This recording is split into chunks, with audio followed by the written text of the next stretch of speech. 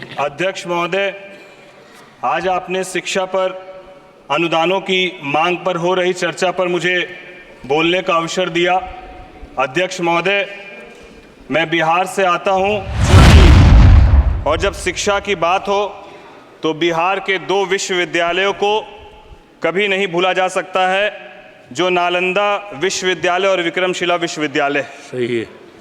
अध्यक्ष महोदय, जिस प्रकार से आदरणीय प्रधानमंत्री जी ने नालंदा की विरासत को पूरे विश्व के सामने सम्मान देने का काम किया, उसके लिए हम सभी बिहार के लोग हमारे प्रधानमंत्री जी का कोटि कोटि आभार और धन्यवाद व्यक्त करते हैं।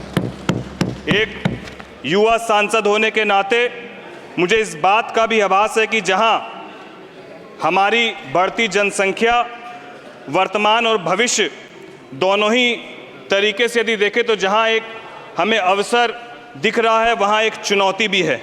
और एक शिक्षित भारत ही 5 ट्रिलियन इकोनॉमी और ग्लोबल सुपर पावर बनने का सपना देख सकता है। अध्यक्ष महोदय, हम लोगों को गर्व होता है कि आज गूगल हो, चाहे माइक्रोसॉफ्ट हो या IBM हो, इन सब का नेतृत्व एक भारतीय कर रहे हैं। आज भारत पूरे विश्व को इंजीनियर और डॉक्टर्स देने का काम कर रहा है। अध्यक्ष महोदय, यह हमारी शिक्षा व्यवस्था की देन है और इसी शिक्षा व्यवस्था को और भी मजबूती देने का काम हमारी सरकार ने किया है। इस वर्ष शिक्षा, रोजगार और कौशल प्रशिक्षण के लिए 1.48 लाख करोड़ रुपए का प्रावधान रखा गया है। बजट में घरेलू संस्थानों में उच्चतर शिक्षा के लिए 10 लाख तक के ऋण हेतु एक वित्तीय सहायता की घोषणा की गई है, जिससे प्रति वर्ष 1 लाख विद्यार्थियों को प्रत्यक्ष रूप से ऋण राशि के 3% वार्षिक ब्याज छूट के लिए ई-वाउचर दिया जाएगा।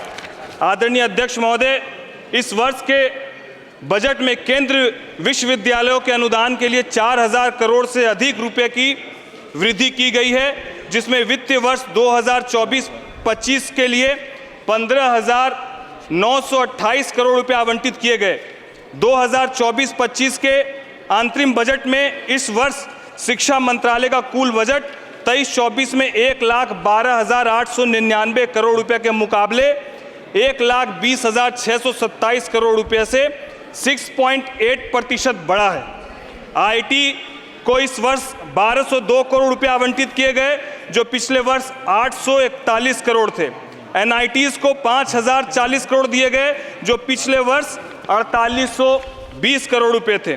अध्यक्ष महोदय, आम बजट भाषण 2024 में आदरणीय वित्त मंत्री निर्मला सीतारमण जी ने नौकरियों को और स्किल ट्रेनिंग से जुड़ी 5 खूबसूरत स्कीम जो लॉन्च की है, उस विषय पर मैं ध्यान आकृष्ट करना चाहता हूं। जिसमें पहली scheme first time employment scheme जो है, जिसके तहत 1 लाख रुपए से कम सैलरी होने पर EPFO में पहली बार रजिस्टर करने वाले लोगों को 3 किस्तों में 15,000 रुपए की मदद दी जाएगी। वहीं दूसरी scheme job creation in manufacturing, इसमें मैन्युफैक्चरिंग सेक्टर से जुड़े फर्स्ट टाइम एम्प्लॉयमेंट को EPFO जमा करने का आधार पर शुरुआती 4 सालों में इंसेंटिव दिया जाएगा। इससे 30 लाख युवाओं को फायदा होगा। अध्यक्ष महोदय, तीसरी स्कीम सपोर्ट टू एम्प्लॉयर, इसके तहत इस स्कीम से सरकार एम्प्लॉयर्स का बोझ घटाने में मदद करेगी। इसके तहत नए कर्मचारियों के EPFO कंट्रीब्यूशन पर एम्प्लॉयर्स को 2 साल तक हर महीने 3,000 रुपये का रिम्बर्समेंट करेगी।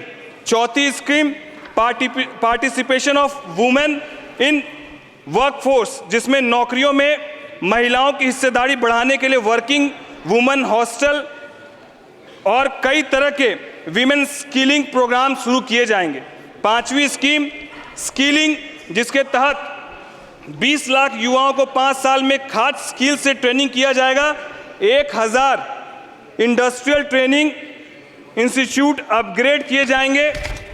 हर साल 25,000 स्टूडेंट को स्किलिंग लोन का फायदा दिया जाएगा। सरकार 500 टॉप कंपनियों में 1 करोड़ युवाओं को इंटर्नशिप देने का काम करेगी। सरकार ने 2014 से 2024 तक 7 नए IIT और 7 नए IIM खोले हैं। देश में 3,000 नए ITI बनाए गए, 16 ट्रिपल IITs और 390 यूनिवर्सिटी शुरू की गई है और पिछले 10 सालों में हायर एजुकेशन में 28% तक की बढ़ोतरी देखने को मिली है। आज विभिन्न स्टार्टअप्स के माध्यम से युवा विश्व भर में भारतीय ध्वज को ऊंचा उठा रहा है। पिछले 10 वर्षों में उच्च शिक्षा संस्थान में 11% की वृद्धि हुई है, जिसमें सार्वजनिक विश्वविद्यालयों की संख्या 316 से बढ़कर 480 हो गई है। तकनीकी विश्वविद्यालयों की संख्या 90 से बढ़कर 183 हो गई है।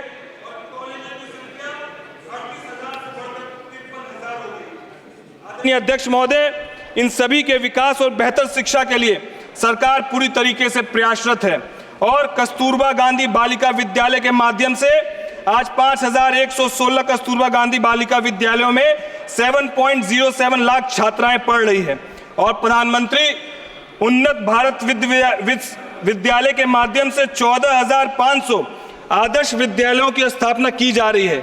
इस वर्ष 10,080 पीएम श्री स्कूलों के लिए 5,942 करोड़ रुपए की मंजूरी दी गई है। आदरणीय अध्यक्ष महोदय, आपके माध्यम से मैं एक प्रमुख विषय जो बिहार का भी है उसको उठाना चाहूंगा, जो सेशन डिले का विषय है, जहां एक तरफ बिहार के हमारे नौजवान साथी शिक्षा दीक्षा के क्षेत्र में कड़ी मेहनत करके अपने जीवन को बदलने के लिए प्रयासरत है, वहीं पर यूनिवर्सिटीज का सेशन 3 साल के बजाय 5-5 सालों में पूरा होता है, जिससे वो अपने आगे आने वाली जो पढ़ाई है उसको पूरी ठीक ढंग से पूरा नहीं कर पाते। मैं चाहूंगा उस ओर आपका ध्यान आकृष्ट हो, और क्योंकि ये बात बिहार की है और युवाओं की है, तो मैं कहना चाहूंगा कि बीज बोलो फूल खिलकर चमन को बहार देंगे और आप दिशा दे दो, बिहार के नौजवान इस राष्ट्र को संवार देंगे, इस राष्ट्र को संवार कर देंगे। साथ ही साथ मैं चाहूंगा कि मेरे लोकसभा क्षेत्र खगड़िया में अध्यक्ष महोदय एक यूनिवर्सिटी की मांग आपके माध्यम से करना चाहता हूं, और साथ ही साथ